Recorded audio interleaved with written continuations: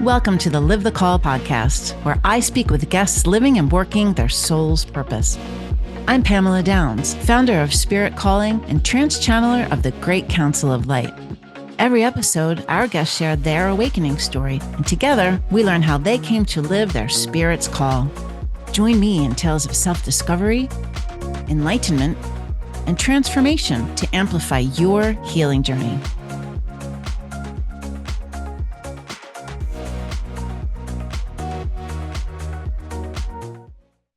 Welcome to Live the Call. Today, we're excited to welcome Hannah Chapman. Hannah is a seasoned certified financial planner and founder of X Squared Wealth Planning. With over 18 years of experience, Hannah brings clarity to the confusion of finances, empowering visionary entrepreneurs to align their money with their purpose. Join us as we explore how Hannah has answered her call to live and work on purpose, which inspires all of us to do the same. So that is what our Live the Call podcast is about.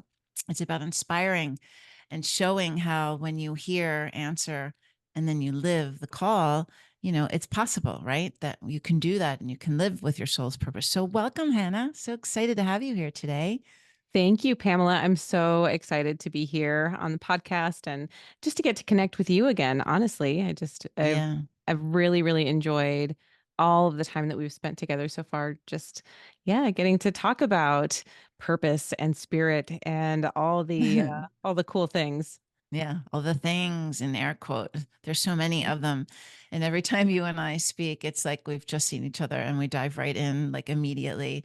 And like you said, we always have such a great conversation. So your story is inspiring because, as we've discussed before, finance is a really specific energy, and being in that space, and then breaking out of it and being able to take, what you're being called to do that's in alignment with your spirit's growth and your spirit's call, mold that and meld it and, twist it and turn it into the new idea of what your work is, taking the old, taking the new, and refinding yourself and serving your clients in a whole different way. So I want to talk about what that journey looked like, how you started out, what made you hear that call and decide to make a change. So let's go back to the beginning. I always say, I always want to sing The Sound of Music.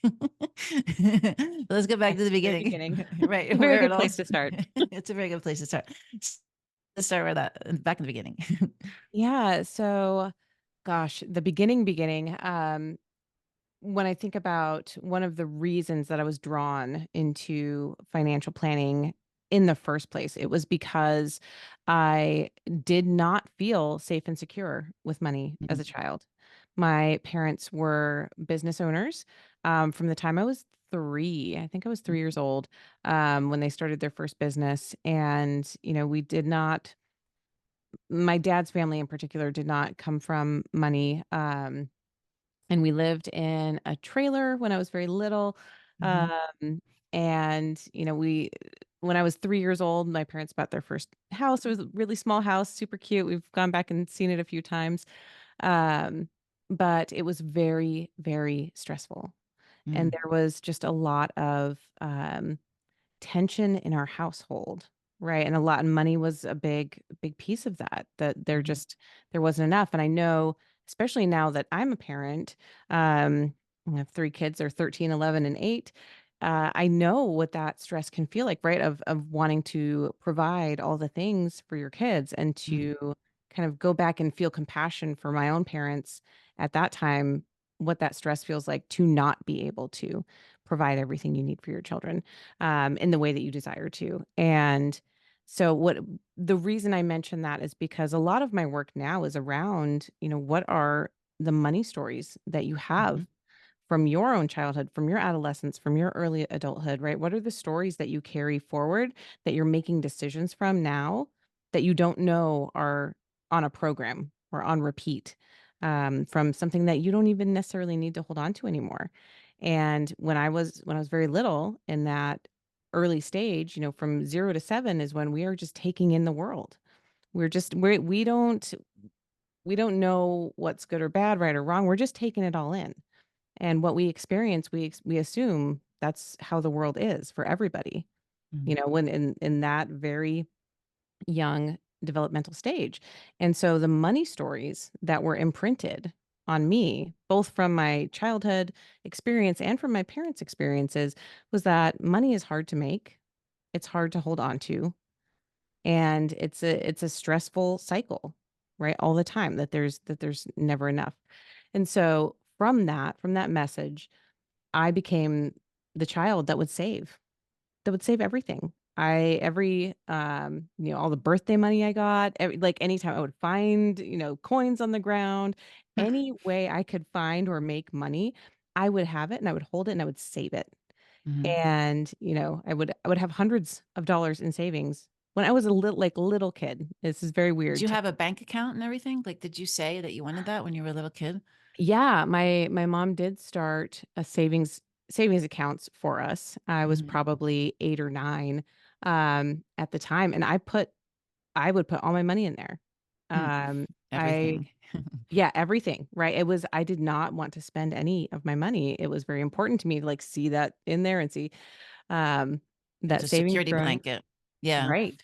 Right. Mhm. And it Mhm. was like the thing that that I'm seeing now, or that I did realize later on, was that even carried into my early years in this profession. So, like you mentioned, I've been in the financial field for 18 years specifically. When I graduated from college, my first job was at a bank, and I worked there for a while, and then I moved into financial planning.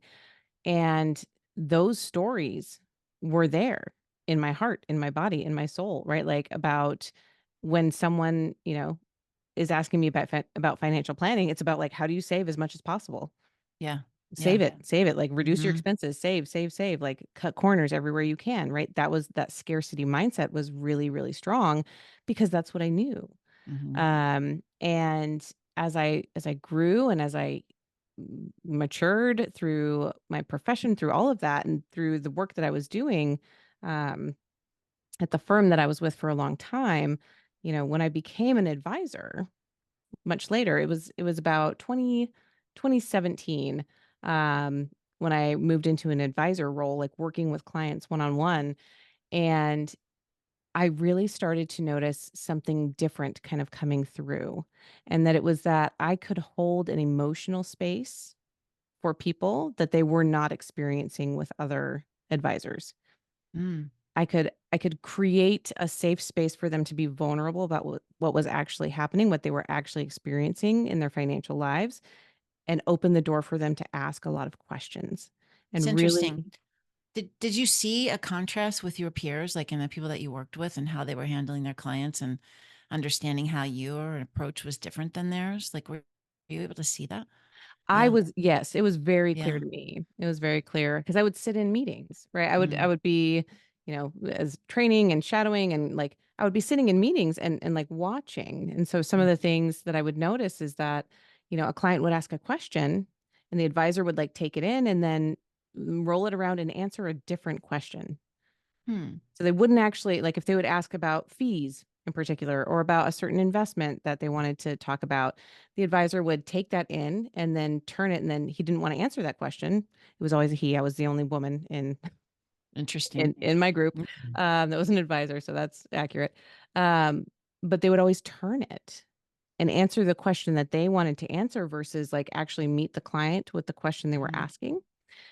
And the other thing I would notice too is that they would tend to just give information, tons and tons of information.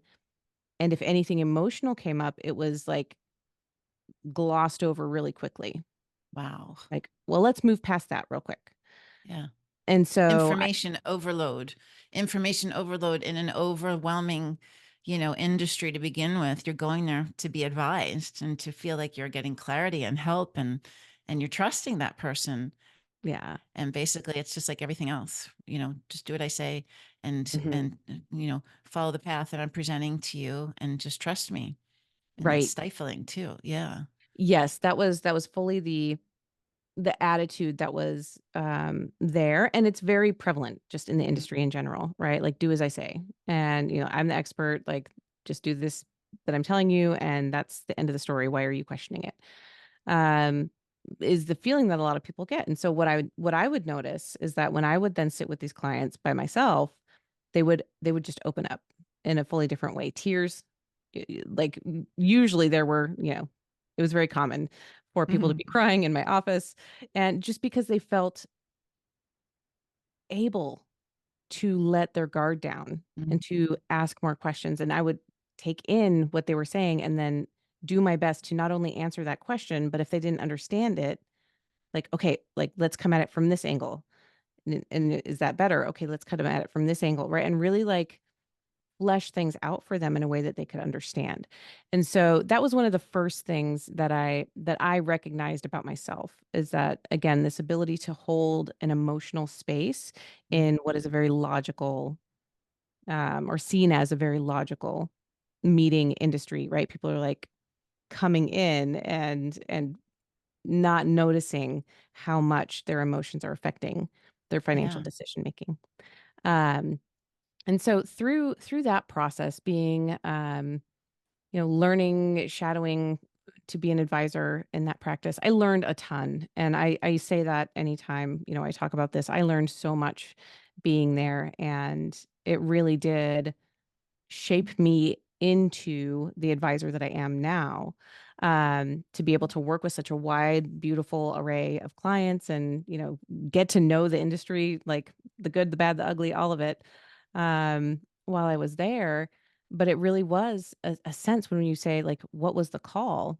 Mhm. The call, my higher self she was Mhm. screaming. She was screaming at me, by the time it was about 2019, 2020, and things were happening that, it was not going well at that point.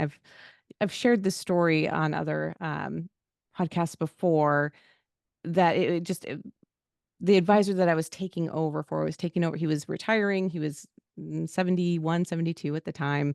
Um, and he had like not allowed different successors several times in a row. And he's like, nope, he can't take my practice. Nope, not that person. They were Wow. like, Hannah, you can be it. Like you're the one. You're perfect for this. And I was for about a year, until I disagreed with this advisor on something that was like, I no, I don't think that's the right thing to do in this case. And that moment, he decided that I was also not the right Oh person. my goodness, after investing a year in that. Right, yeah, meeting all the clients, working, like, it Mm. was it was a lot, it was a lot. And it also would have been very lucrative for me to take over that practice, right? I mean, Mhm. I would have been making, like, somewhere in the $300,000 per year range Mhm. as soon as I took over that practice. And that was the carrot. That was the carrot that was dangled in front of Mhm. me. That's what the universe does. Mhm. Here's your carrot. Right. And so I did, I tried, and then, from that breakdown of the relationship, I'm really good at having relationships and building relationships.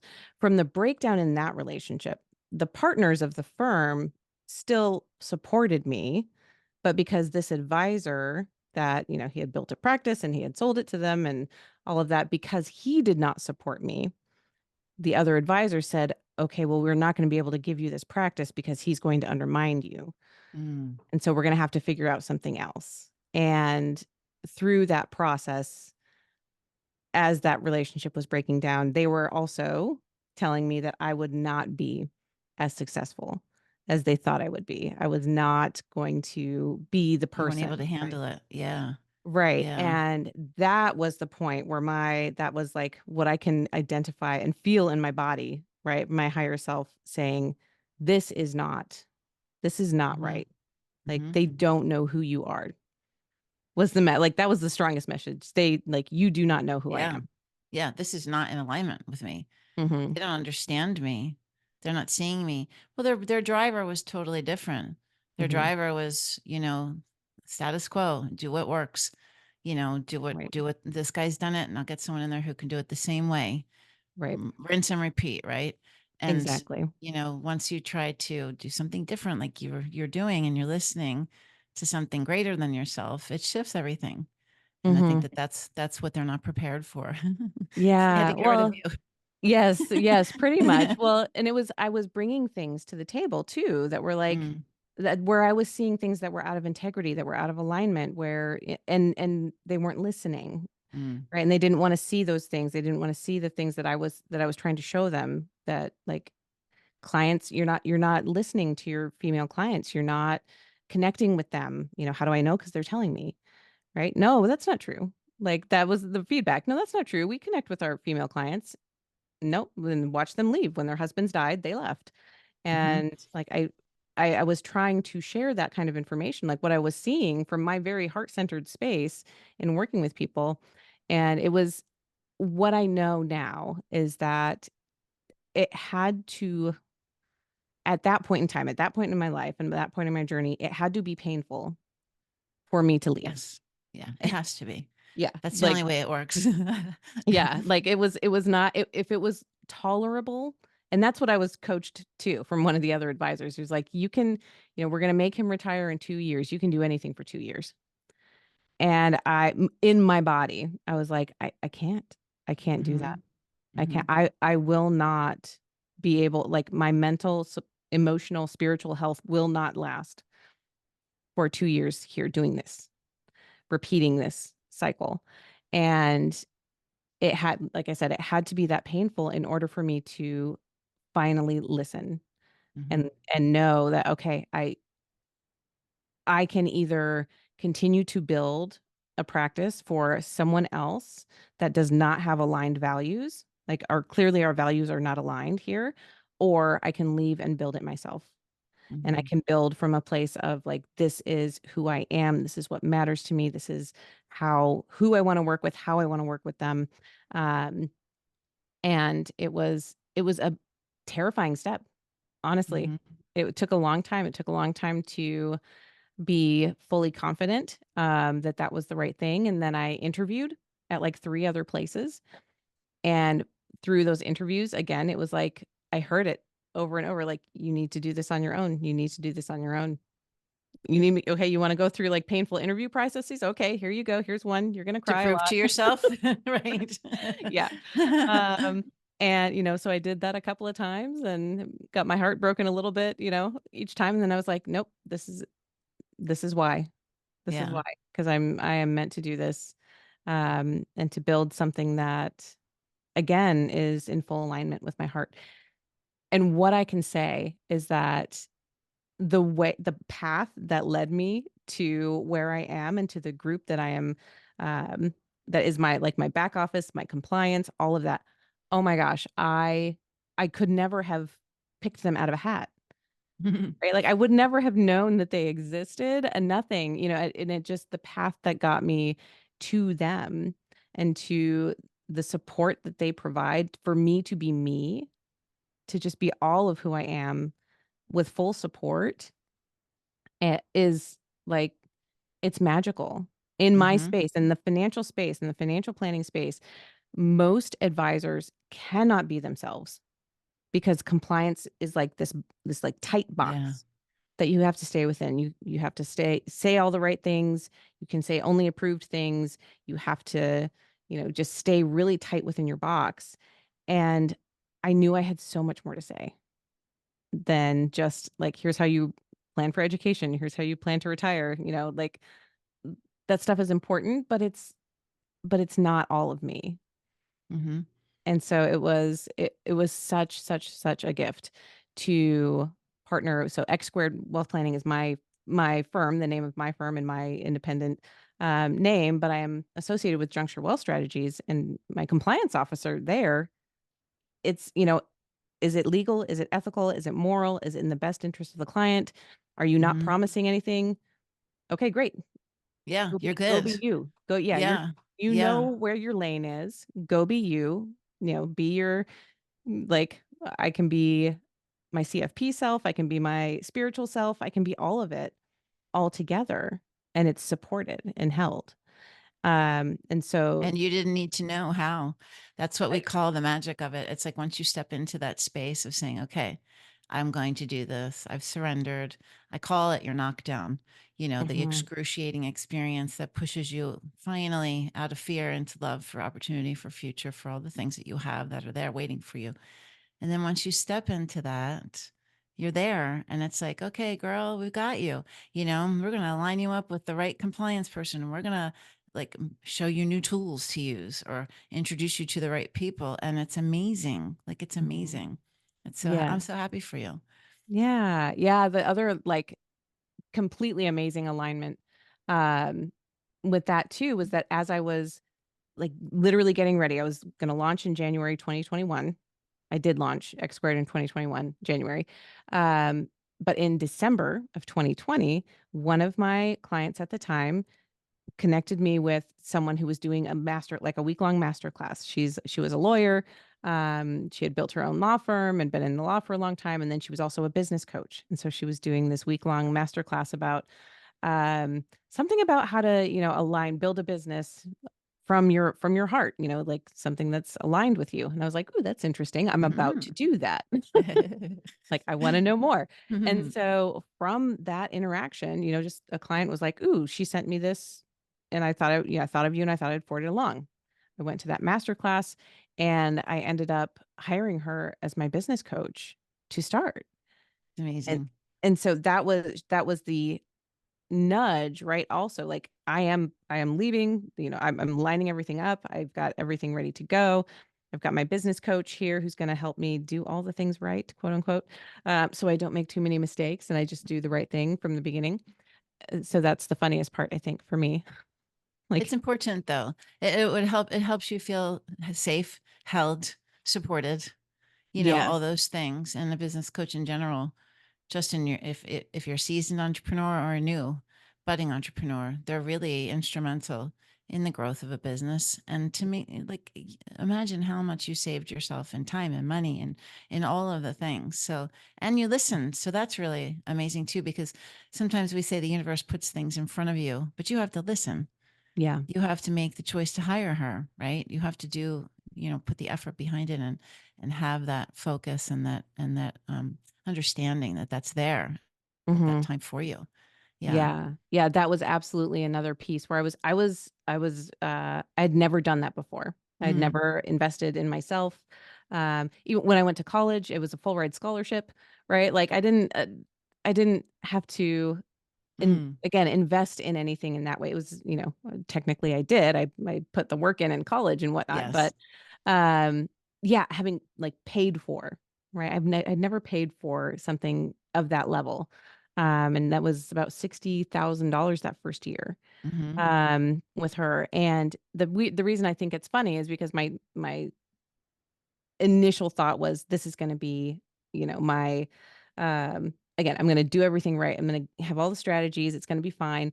And one of the very first recommendations that she made when we started working together was the book I Am the Word by Paul Selig, Oh, which is wow. a channel text.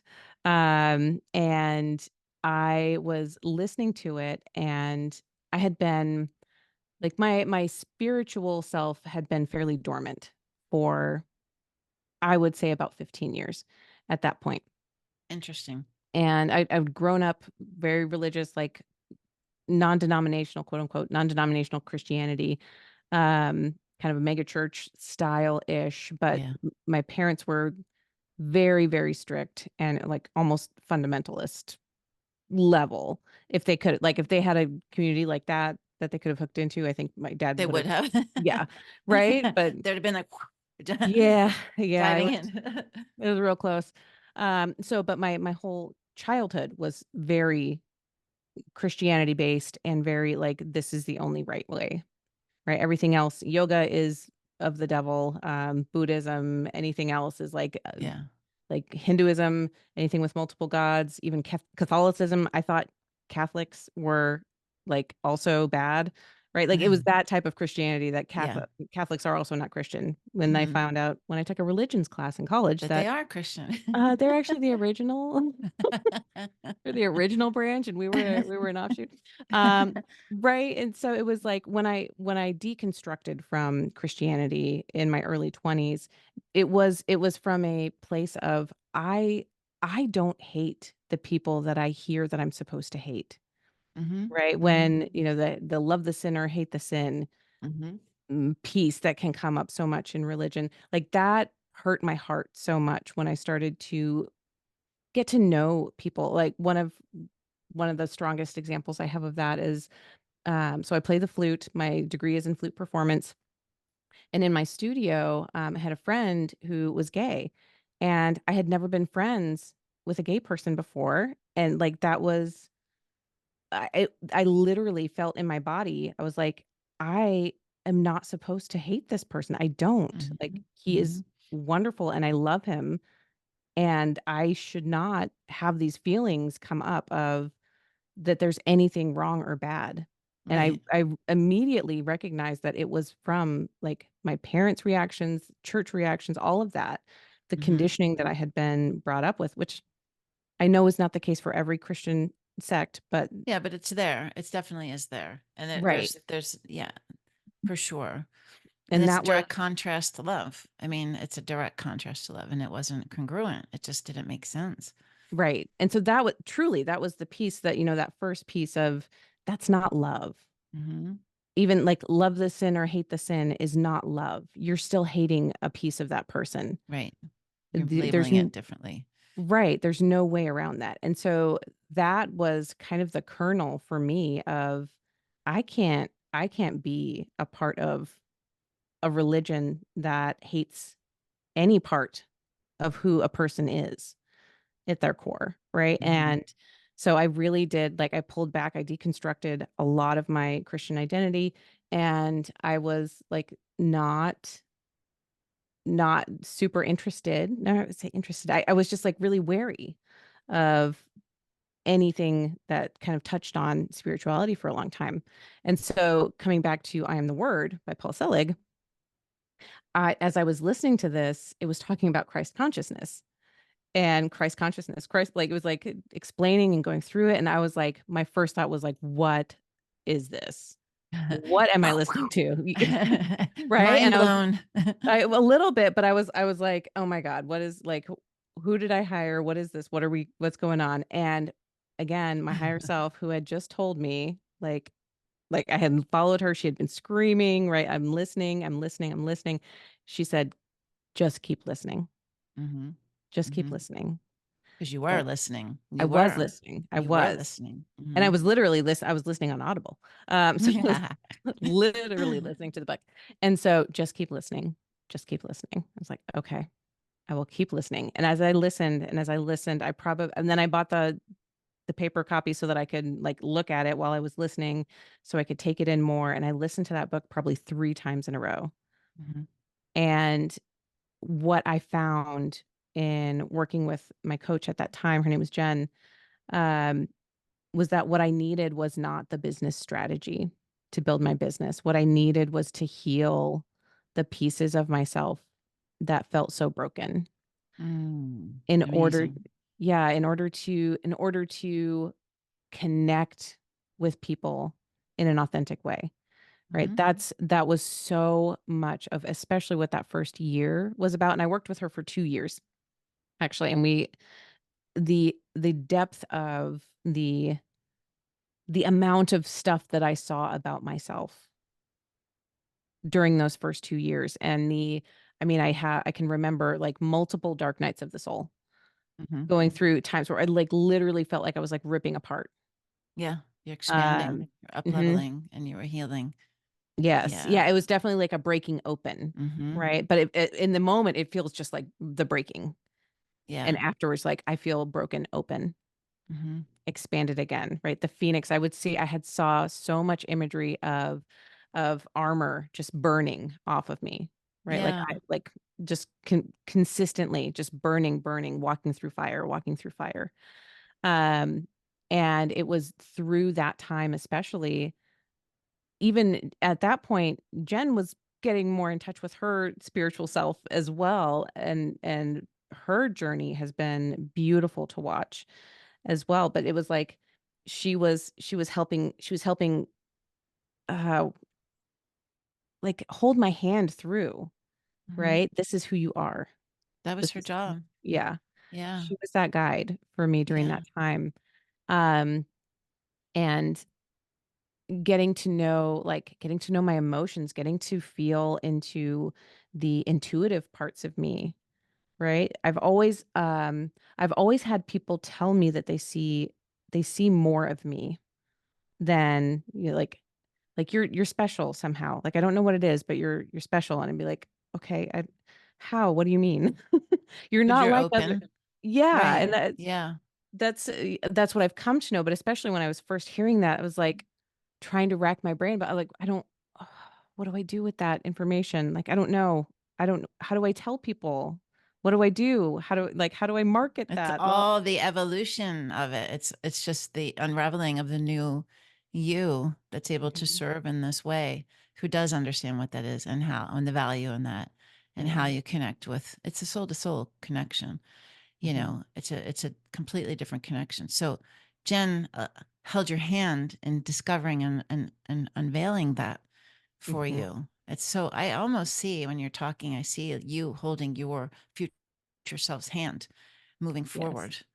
That's Hmm. what I see. Not Jen. I see you holding your future self and moving forward into the new version of yourself and and how you serve.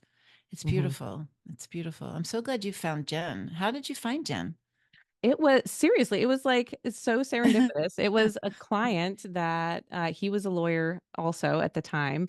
Um, and he had met her at a conference years before. They had like stayed in touch a little bit, and she sent him, to her list of email people, right? That like, I'm doing this masterclass. And so someone that he had met 2 years before at a conference for lawyers, he gets an email It was and a whisper down the think lane. yeah, and thinks of me. And he's like, okay, like I thought of you. And I was like, well, thank you for thinking of me. And I went. Hmm. Right. So like again, just the synchronicity of that, Hmm. how that all happened and how I listened and how I, showed up and Hmm. showed up And for for you to myself. be and for you to be open to the fact that Paul Selig is a channeler. Like that is not usual. That is something that is unusual. You know, Hmm. especially I mean 2019, 2020, 2021, there was more of that going around than there was, back when I was looking at it in 2008, 2012. I found him then. And they weren't talked about. Those things were not easily accessible. They were avant-garde, they were different. They were like down the beaten path around the corner up the street, on Hmm. YouTube in a rabbit hole. But for you to really embrace and receive a, a business coach that was putting that kind of material in front of you, your spirit was ready. Right. You were Exactly. ready for I it to was gobble that up. it was like, yes, this is your next step. And all of the higher self Hmm. work that I did, I really like that was the other piece of that first really 2 years in my business was really tapping into getting in alignment with my higher self and listening and being open to the visions and the messages that I was receiving just about who I am and who I'm here to serve and how I'm here to serve. And kind of to come back to all of that piece of like, what do I do with this information? How do I market it? All of that. You don't. You just be. You let it be. You Hmm. just be, right? And Hmm. I think that was one of the when we first connected was when it was like, oh, like of course I'm meeting you because that's where I'm vibrating right now, right? Right. Like where like I have seen that be true over and over again is that Mhm. as I shift my vibration, as I sink more deeply into love, um, at every possible chance, every possible turn, like that's that vibration of love, that vibration of care, brings more people who are on that same vibration, right, Mhm. into my life to be that reflection of yes, this is who you're being.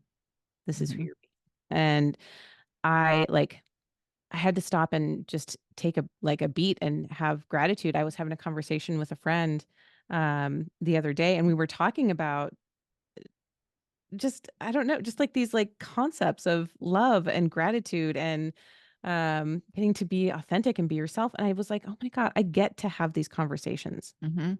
I Mhm. get to talk to people about this stuff now because that's what's on my heart, in my heart. That's what I'm pouring out, and it feels so nourishing. I can't even explain how different it feels Mm. when I really like when I look at the Dan Sullivan concept of the gap and the gain, right? When I look at the gain of where I am now versus, masking before, being having to be someone that I wasn't, just, 5 years ago, Yeah. and feeling Not so constricted and so beaten down in that space, trying to be me, but also masking so much of me. Yeah. Uh, And you don't know till you know. And mhm, there's so many people that, maybe some will be listening to this, but so many people who are that's their world is rinse and repeat. Get up, go to work, do a job that I don't have passion for, that I don't necessarily love, with people that I don't resonate with, and I'm not mhm, getting paid what I would like to. I'm not there's what's the end result? I go home and I get up and I do the same thing tomorrow. And it's almost like I hate to say it, but like a soul killer. It's like mhm, there's no opportunity for them to even, these opportunities do come from the universe and the gens and the whispers and the things happen. But when most of our world is just caught up in the same cycle, they're not thinking in they're just expanding now in their conscious to have bigger thoughts, to have more ideas, to have questions where it's not the norm. It's you do what your dad did, you take over the practice, you do this, you do that. Like you get a job, you make good money, you save your money, Hannah. yeah, You serve, you do this, or you're a musician and you're a professional musician. And what kind of a salary are you going to make? Like it's like I'm watching my kids go through this now in college. And it's what we're told we have to do. Suck it up, you know, get a job, start paying off your student debt. And if you can save, you'll do this, you'll live at home. Like there's all these stories that when I was waking up, I didn't have any ideas to think of anything larger than my current state of being right here, right now. What mhm, was everyone else doing? What am I doing? That's what was presented. And you listened, I listened, others like us listen to something that's a different calling, that's higher frequency, that feels better. And it's scary. So it doesn't happen overnight. mhm, That's why it's so important for people to hear your struggle, your call, and then how it serves you and then others. yeah. Yeah. Did Jen teach you tools besides like listening to the channeled material? How did you learn about human design and like all of those things and how to bring that into what you were doing? I'm so fascinated. Yeah, yeah, so that's a fun story too. Um, to to kind of, yeah, to there I'm gonna address that from a couple of different angles. One, so Jen was a very involved coach. We met 3 times a month at least, and, Nice.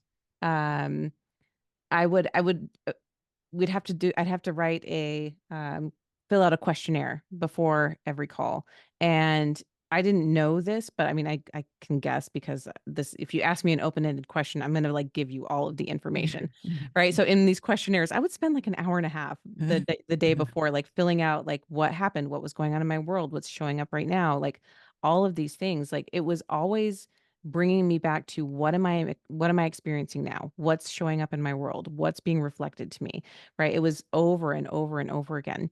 Um, so I was really like in such a powerful state of inquiry at that point. Really, really looking closely at what was showing up in my world and what I was experiencing. And she had actually kind of in the beginning of when we started working together also had mentioned the Enneagram and suggested that try that and do the Why Enneagram not? technique. Yeah, so I did that. At the first time I did it, I thought I was a 3 on the Enneagram, um, and later found out I'm probably more like a 7. Um, for anyone who knows what the Enneagram is, but I never felt like I resonated fully with it. It was like, it's not like I have to answer all these questions and I'm not Yeah. sure all the time. It's complicated. Yeah, and so I heard a podcast, another synchronicity, right? That, a podcast of someone I followed on LinkedIn, who I did not know was, like, spiritual. She was also a coach, a lawyer and a coach, for Wow. other people, a different person. Um, and I had seen her podcast a few times, and I was like, "Oh, I think I'll just listen to this one specific random episode." And it was her talking to someone who, had also part of the conversation, she had done the Enneagram and was like, "I liked it, but it didn't quite fit for me." And then I found human design. and Mm. that just clicked. And I was And you're like, like, bing. yeah, I was like, hey, that's me. I don't quite resonate with the Enneagram. What's this human design thing? And so that was in early 2021. And I devoured all of the information. Once I saw it and I started reading and I got there's like a $35 kind of comprehensive report. And then I started trying to pick out all the details. I searched online. I mean, I can't even tell you how much time I spent, hundreds of hours in that first year alone, like diving into what does this mean for me? Hmm. And then once I got to the point where I'm like, I am having a hard time like figuring this out on my own. I need help. I went on Reddit and there's a subreddit for that because there's a subreddit for everything for human design. And there was a woman that was sharing that she was doing pro bono sessions, that she was starting her human design practice Oh, and wow. needed some, to do some more practice. And I was like, oh, interesting. So I reached out to her. Her name is her name is Pam too. Jan. Her name is Jan. Jan. Yes. Sounds like Pam. And yeah, she is. And she is wonderful. And so I spent a lot of time with Jan too, learning. She was, teaching me about me and then connection charts, each of my children, and then how do we connect and, what's the energy that we bring together, looking at my husband and then how he and I Ooh. connect. Right. And that was one of the most mind-blowing pieces for me was to learn one. So in human design, my authority is sacral authority, which is a gut response. So it's a Hmm. gut, like a really strong gut reaction of like a hell yes, like, yes, this is my yes. Uh-huh. I'm leaning Hmm. forward. I feel it in my body. My energy is rising. Or it's a no and it's, sinking back and like literally feeling repulsed, right? Like it's a very visceral gut reaction. Yeah. And what I had learned from my family and from my husband, who is a different type of authority, we've been together for a really long time. So I had had a lot of conditioning that you're not supposed to go with your gut. Your gut's not logical. Your gut didn't go through all the pros and cons of this situation. So how can you Yeah. trust that that's the right thing to do? And so I had had years, decades of conditioning saying, Wow. don't trust your gut. Wow. And Wow.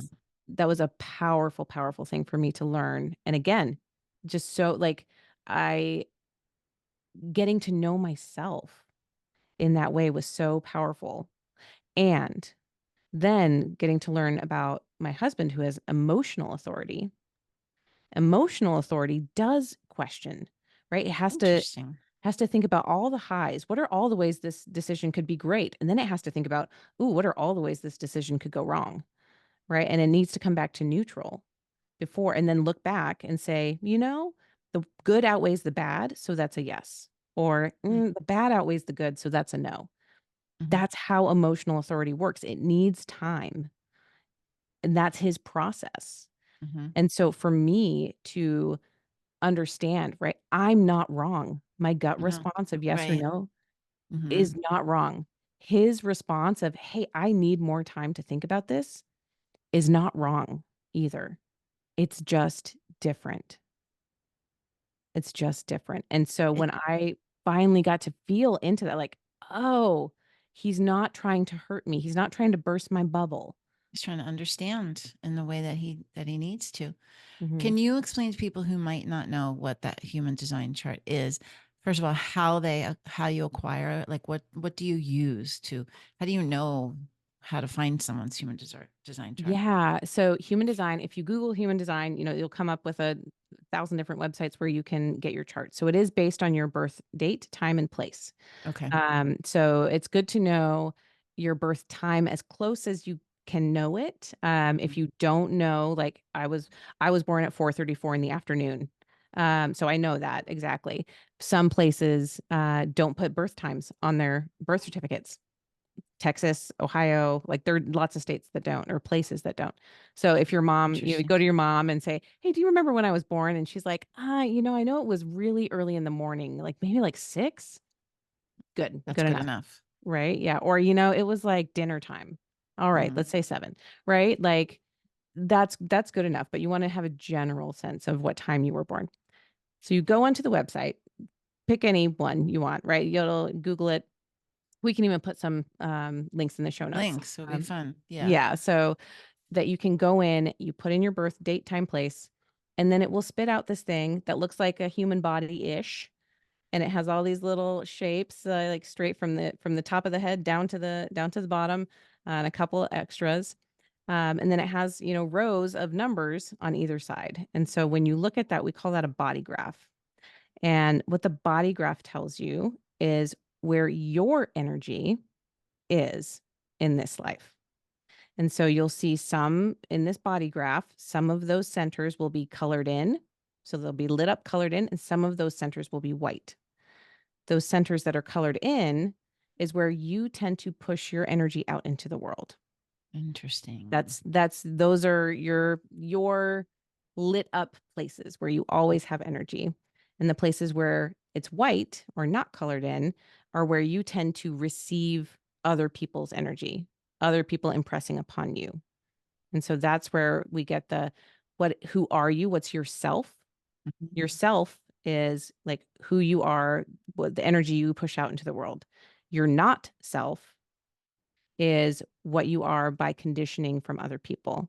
It's the Mm, shoulds that you put on yourself from, oh, like this is how someone else does it. For me, like that mental processing or pros and cons list, decision making, that's not self for me. That is not how I operate.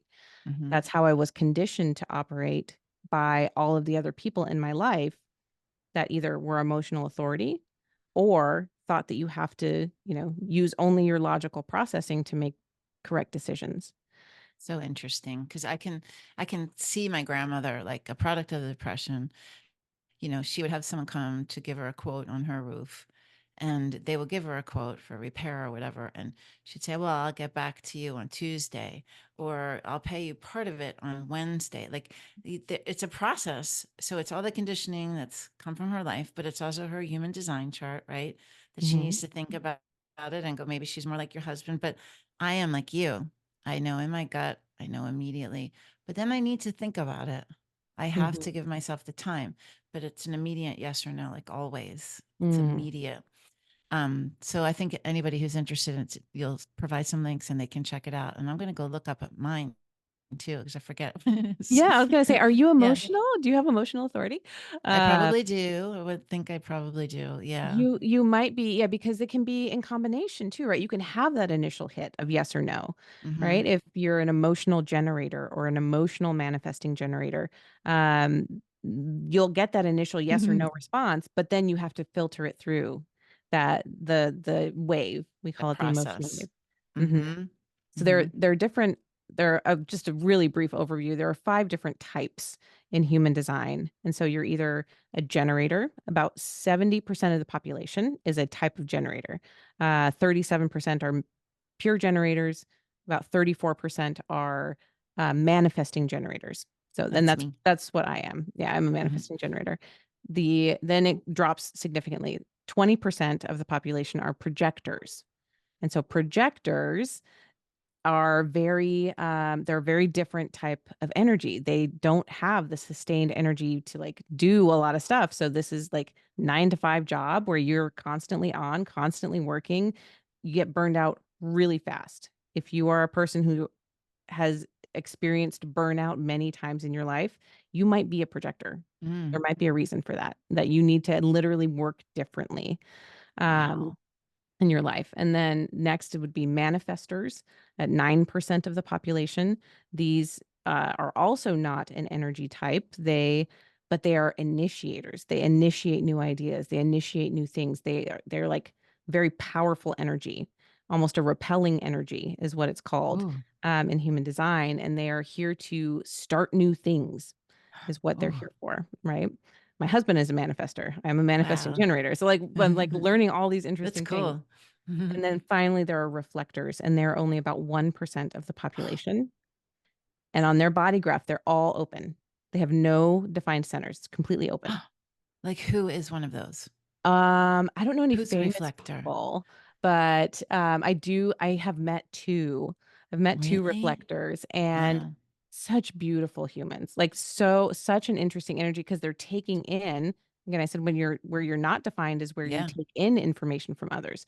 So reflectors take in information from all over, and then they like reflect it back, right? That's what they're here, like the moon, right? Ooh, They are like the moon, the lunar cycle, right? They are reflecting back who you are directly. They make phenomenal coaches and guides, right? yeah. Because they're like, all I can do is reflect back who you are. I'm taking it in and reflecting it back. Um, Interesting.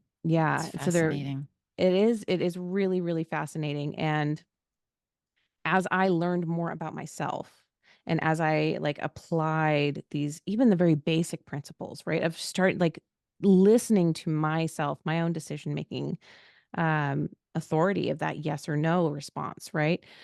Um, Along with lots of other details, because when I find something like that, I dive into all the details and I wanna know all of it.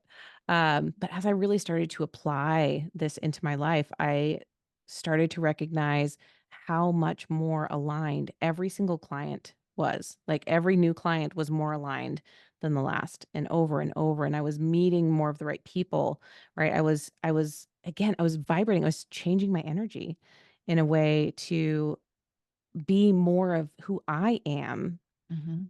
and what I believe is that when we are all of who we are, when we show up as ourselves, it's like ringing a tuning fork. And this is like me ringing that tuning fork and singing out who I am. The people in the audience that are attuned to that Mhm. pitch will hear it, right? And they're like, Mhm. "Oh, she's the one for me." And I love that. it makes selling when people come to me that they're ready to work with me, it's like, "Of course you're the right one. I've been Mhm. watching you. I've been attuned to you." Right. Yes. I'm in alignment with you. Mhm. Yeah, we're on the same vibration, the same frequency. It's beautiful, Hannah. I think that you give people hope that it doesn't have to be overwhelming. I know, having gone through a divorce and having to pick up the pieces of all of the different things Mm, that was my marriage and then was now, the new version of myself. How do I do it? What do I do? Where do I start? And I wish I had met you back then. I did meet an aligned person, mm, um, but it was scary, and it yeah, was emotional, and it was a lot of energy and a lot of decisions to make, a lot of things to consider, and you really do need a trusted guide, because you're guiding them, and you're guiding them through whatever muck and mess or whatever.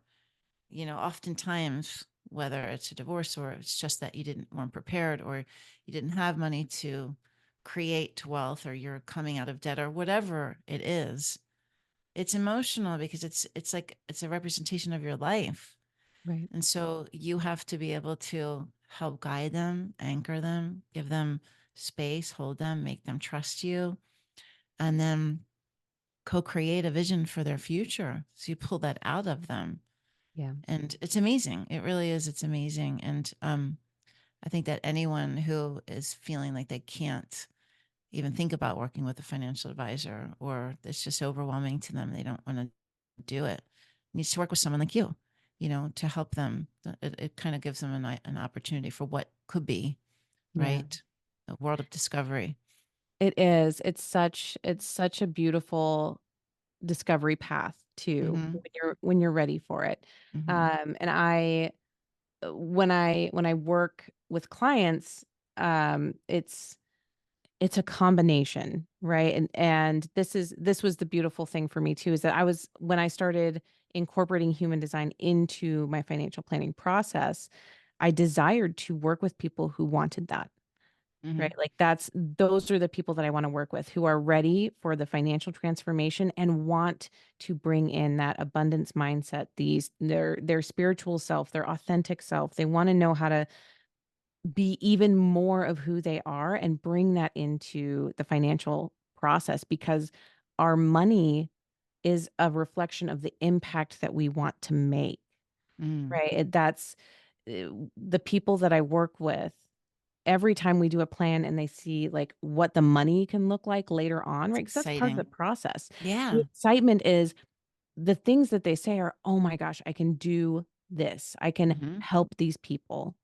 I can start this foundation. I can give this away, right? That's the excitement. That's the impact. Their idea of legacy is beyond just this insular piece. Like, what am I Yes. leaving for me and my kids? Right? Right. Which is beautiful and important, right? What We am I don't doing diminish with it for that, the but world? Yeah. right. It's so far beyond. And so my desire is to work with people who want to create big ripples, Mhm. who know that creating wealth and prosperity is another way that they can make those big ripples in the world. Because when conscious, caring, loving entrepreneurs are making more money, they're also that's filtering down to their employees, that's filtering Mhm. down through them. The concept that I have of wealth is that it's not about what you have, it's not about what you accumulate and what you keep like a dragon sitting on a hoard. It's Mhm. about what you allow to flow to and through you as a conduit for, you are creating this business that is opening up hearts and minds and lives, and you are receiving money for the work that you're doing in the world, and you're allowing it to flow through into the economy, right? And into the hands of other conscious entrepreneurs, of, again, your employees, your contractors, your, all the things that you pay for, all the things that you support, sending your kids to school, buying snacks for their baseball games, right? All of that stuff, right, is Mhm. supporting more love. And so we can use that. We can use our money in that way, and we can envision it as energy that's flowing through us for good. And we can also have our cash reserve, and we can have the appropriate amounts that will keep us safe, right? That's part of the process. You can Mhm. have both. And you can support the things that you want to do, and you can grow your business wildly. Um, and it's just that's the whole process, right? That's the thing, is that when we tie all that together, when we tie our purpose to our wealth building and our prosperity, our idea of prosperity, that's where we can really start to shift. And I want to, the last thing I want to say, No, uh, I'm caught up in your whole, like, the energy of where you were. It's like, yeah, I'm watching your passion just permeate uh, everything, and like it's coming, it's yes. pouring out of you. It's amazing. Well, the one thing I wanted to say, and this was one of the I heard this, I can't remember where I was, but I heard it, early on in my work with Jen again. I think I was learning how to channel is like really what was Mhm. happening. But I heard that, what is your purpose? Why am I here? And I heard that your purpose is to raise the vibration of money from that of Mhm. power and fear to love and peace. Mhm. And when I first heard that, I was like, "What do I do with that?" I know. It's like Like, build a portal for humankind. Okay, really? yeah, like, Okay. what? Like, But how you do are, but you yes. are, because the people who are living on purpose, the conscious entrepreneurs who are creating impact, the ripples on the planet, are stepping into abundance and wealth.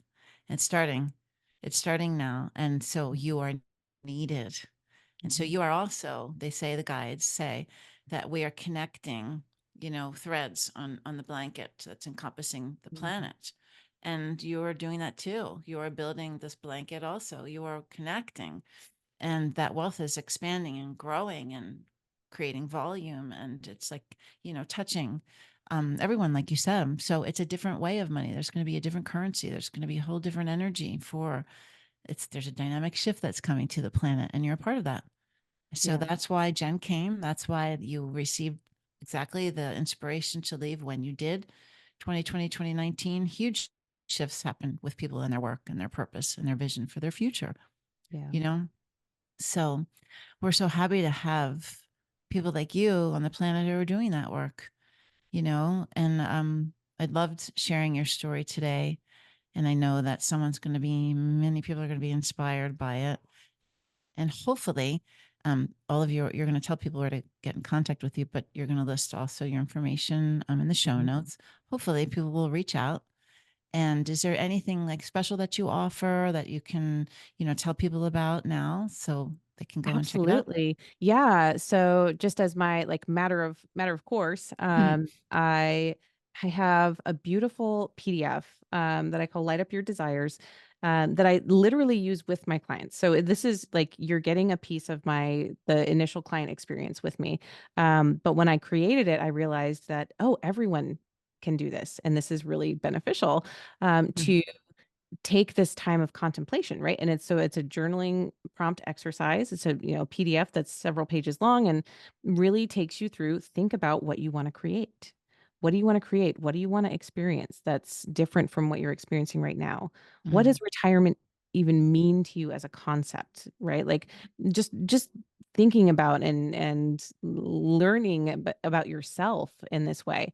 And so that's been my like just free download. You can get that right off my website, super easy. Um, and if something really resonated for you and you're like, "Oh, I need to know more," I always do a free first intro call. So 25 minutes, we'll get to know each other, just have that connection call to see if we vibe, right? That's mm, the biggest thing for me is that, when I'm working with people, I'm also like my heart needs to be in the right place. That just as it does for the client. So, having that initial call of like, what is it that you're looking for? Is that something that, my heart is calling to support you with? And if not, if it's not a good fit, I know so many awesome people, mm. coaches, advisors. I Yeah. have such a beautiful network that I can refer to as well. But there's both of those you can find on my website. I have my personal website is hannah.rchapman.com. HANNAHRCHAPMAN.com. And from there, you can navigate to my three different main projects. You can see it right there, but it's all of my ethos is the same no matter where I'm at. And Mhm. so that's where, okay, having the one website where you can see this is me, this is who I am, this is what I'm about. If that resonates with you, you can work with me in these different ways. That's Um, excellent. so that's Yeah, there. it's wonderful. I'm so grateful that you joined us today. And anyone who's interested, I think that the free consult call is amazing that you give yourself. And it's important to be in alignment for that work. So if you're Mhm. feeling the call, haha, the call, definitely reach out to Hannah and have a call. Yes, Yeah, exactly. Hannah, thank you so much for joining us today. And until we speak again, I always love our conversations. Until next time. Same. Thank you, Pamela. These episodes sparked insights for you on your healing journey. If you're searching for support and connection, you should join our community at spirit-calling.com. Spirit Calling is a like minded community of spiritual individuals learning, sharing, and growing together every day. No matter what you're experiencing in your journey, you'll find resources and a community to support you along the way. Until next time, keep listening to your internal guidance and stepping into your spirit's call.